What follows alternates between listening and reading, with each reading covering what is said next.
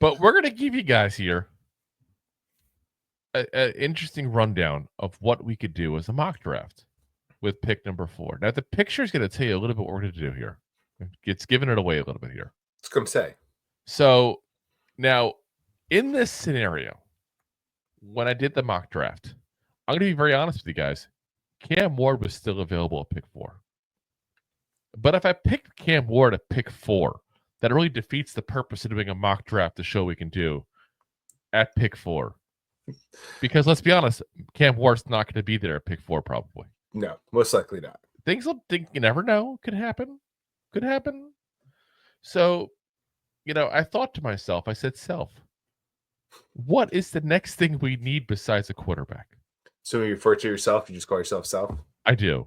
Okay. It's how I talk to the person. Hey, Self. Hey, you, Self. Hey, Self. Selfie? Hey. No, I don't like that. I said, what else do we need on this team besides a quarterback? Because the 2 quarterbacks are now gone that we would consider taking with that 10 pick. There's another obvious glaring need. And it's a need that was pretty obvious yesterday against the Colts even though we won. And that was the cornerback position. In this draft, we got the number 1 corner in the entire draft. One of the top 5 prospects in the entire draft, potentially. Some people have him ranked like top 3 prospects even. But he's not a quarterback, so he won't go up that high probably. Will Johnson, cornerback out of Michigan. Bleacher Report says Will Johnson is a standout cornerback prospect from Michigan, bringing a rare combination of strength, length, and physicality to the position. Standing at 6'2", weighing 202 pounds, Johnson has the ideal frame of an NFL quarterback, complemented by a filled-out build that enhances his ability to compete at a high level.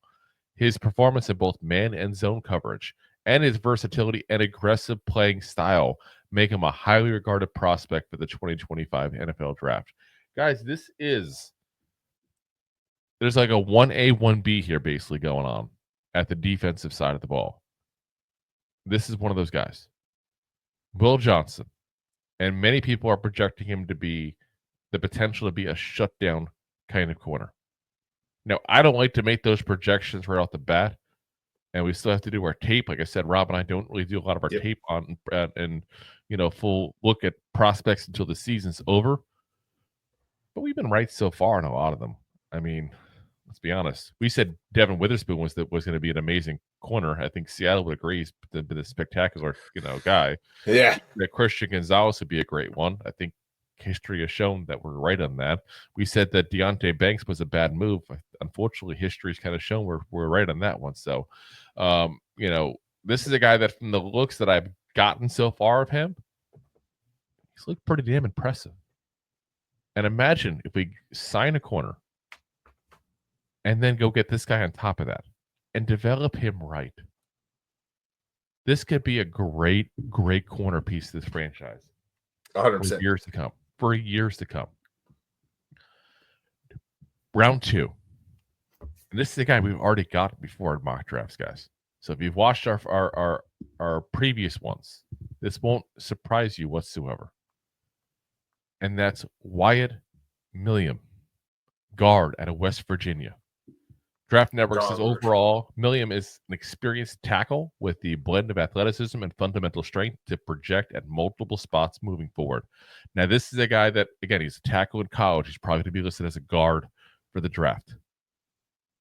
And this is a guy that's going to go ahead and be able to move a couple different places. He's got some versatility. I love versatility in linemen.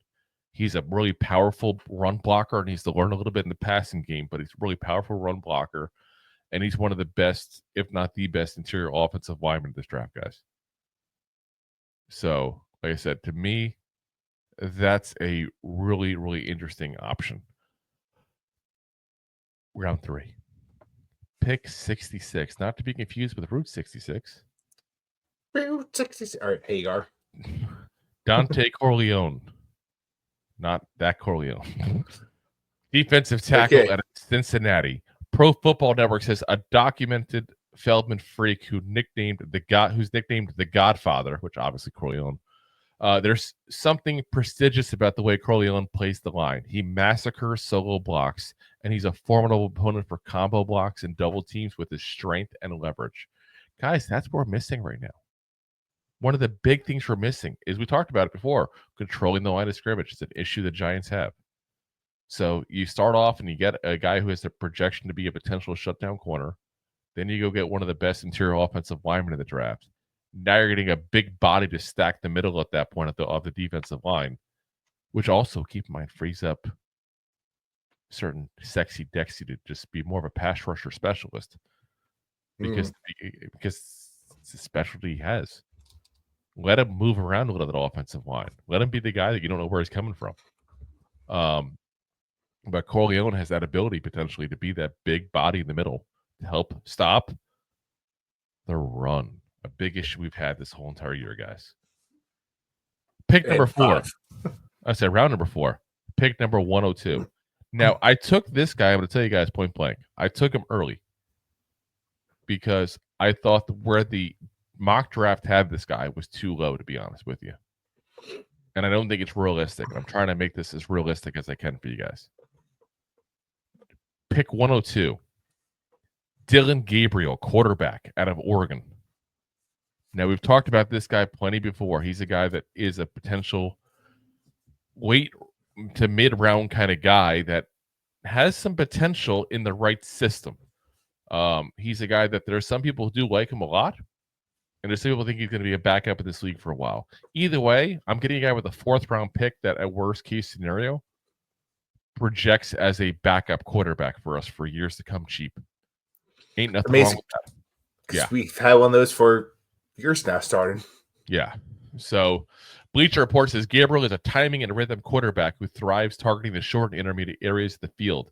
Keep in mind, how is our team set up?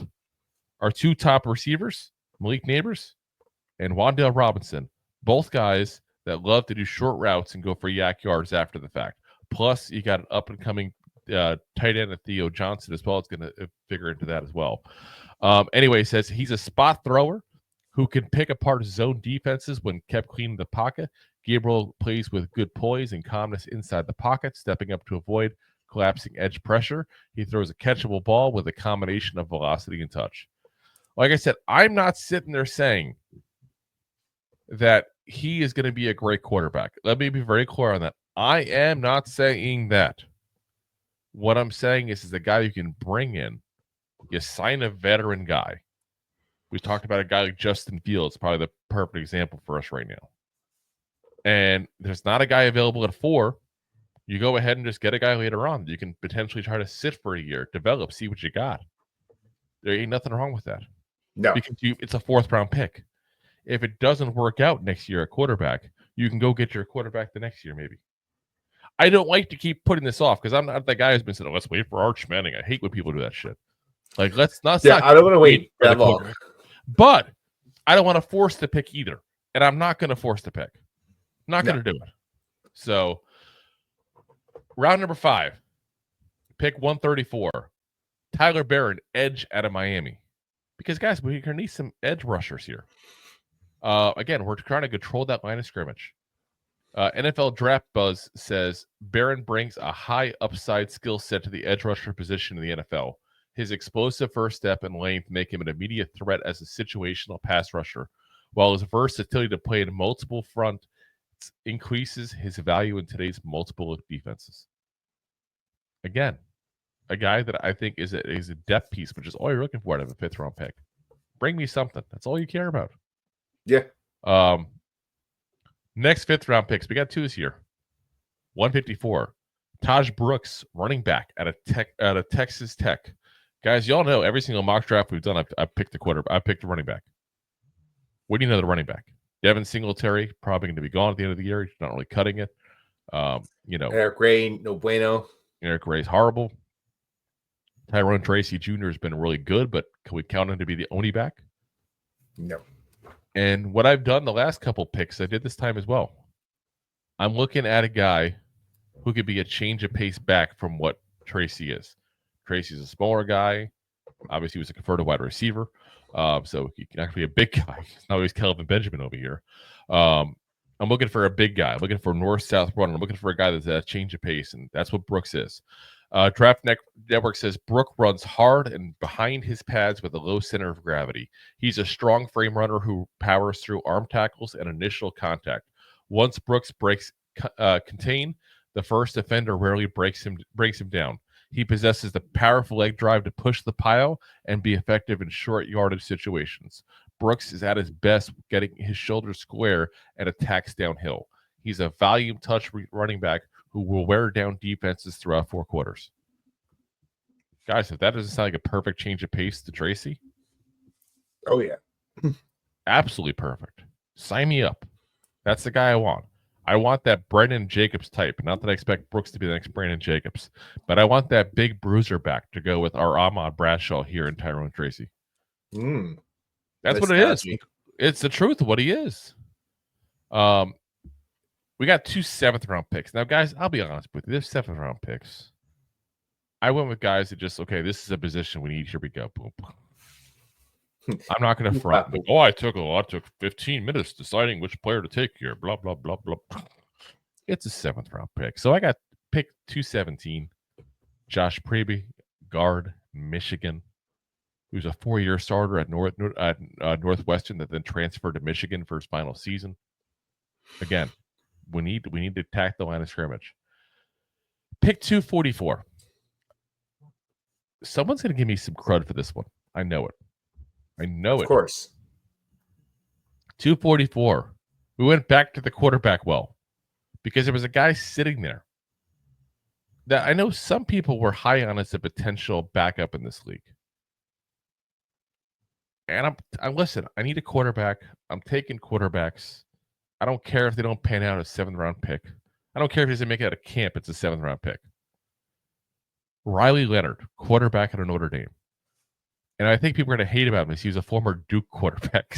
I was going to say, yeah, Duke guy, 40 games under his belt at the quarterback position.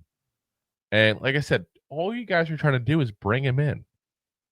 Bring him into camp. See what he's got. It's 244. Let's be honest. Whoever else you bring in is probably not going to make it. But besides quarterback, you know who our second most important position to bring in this offseason going to be?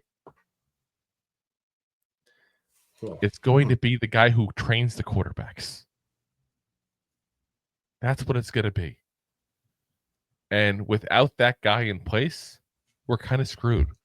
With that guy in place, now we're going to give him a veteran guy, or at least someone with some kind of experience in this league, and we're bringing in a mid and a late round quarterback, and we're revamping the entire quarterback room here, guys. Let's go. Absolutely revamping it. So, like I said, I don't think that's bad, guys.